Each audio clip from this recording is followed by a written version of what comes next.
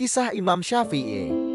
Di sebuah sudut kota Gaza, di tahun 767 Masehi, lahirlah seorang anak yang kelak akan menjadi salah satu pilar terbesar dalam sejarah Islam. Namanya Muhammad bin Idris, namun dunia lebih mengenalnya sebagai Imam Syafi'i. Kisahnya adalah narasi tentang kecerdasan luar biasa, semangat belajar yang tak pernah padam, dan keberanian dalam menegakkan kebenaran. Masa kecil yang penuh keterbatasan. Imam Syafi'i lahir dari keluarga yang sederhana. Ayahnya wafat saat ia masih sangat kecil. Keterbatasan ekonomi memaksa ibunya untuk berjuang keras membiayai pendidikannya. Namun, keterbatasan itu tidak memadamkan semangatnya. Sejak kecil, ia sudah menunjukkan kecerdasan yang menakjubkan. Pada usia 7 tahun, ia sudah hafal Al-Quran. Tak hanya itu, ia juga hafal kitab Muwatta Imam Malik, sebuah kitab hadis yang tebal.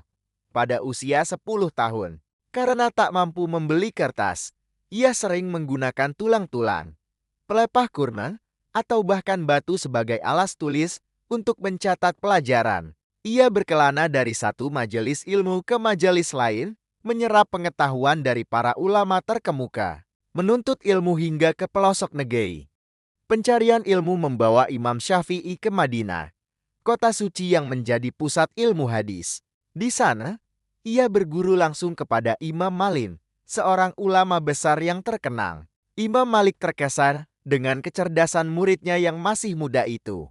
Setelah bertahun-tahun di Madinah, Imam Syafi'i melanjutkan perjalanannya ke Baghdad, ibu kota kekhalifahan Abbasiyah, yang saat itu menjadi pusat peradaban dan ilmu pengetahuan. Di Baghdad, ia mendalami ilmu fikih dan usul fikih dasar-dasar hukum Islam dari berbagai mazhab, termasuk mazhab Imam Hanafi. Perjalanan ini memberinya wawasan yang sangat luas dan pemahaman yang mendalam tentang berbagai pandangan hukum. Dari sinilah, ia mulai membangun kerangka pemikiran baru yang sistematis.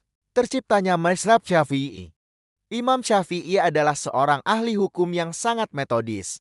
Ia melihat ada kebutuhan untuk menyatukan dan menyelaraskan berbagai pendekatan hukum yang ada.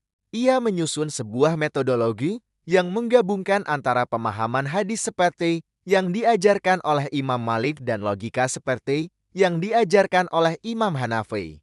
Metodologi inilah yang dikenal sebagai usul fikih, sebuah ilmu yang menjadi pedoman para ulama dalam menetapkan hukum Islam. Melalui karya-karyanya seperti Ar-Risalah dan Al-Umm, ia meletakkan dasar bagi sebuah masa baru yang terorganisir, kini dikenal sebagai